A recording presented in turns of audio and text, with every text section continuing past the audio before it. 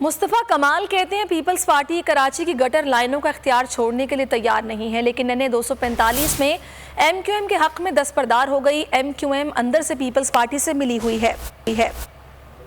मुस्तफ़ा कमाल कहते हैं पीपल्स पार्टी कराची की गटर लाइनों का इख्तियार छोड़ने के लिए तैयार नहीं है, लेकिन NA 245 में MQM के हक में दस्तबरदार हो गई। MQM अंदर से पीपल्स पार्टी से मिली हुई है।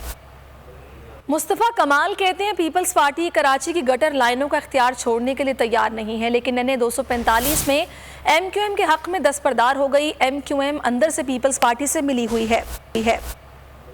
मुस्तफ़ा कमाल कहते हैं पीपल्स पार्टी कराची की गटर लाइनों का इख्तियार छोड़ने के लिए तैयार नहीं है, लेकिन NA 245 में MQM के हक में दस्तबरदार हो गई। MQM अंदर से पीपल्स पार्टी से मिली हुई है। सब्सक्राइब करें और बेल दबाएं ताकि कोई खबर रह न जाए। सब्सक्राइब करें और बेल दबाएं ताकि कोई खबर रह न जाए।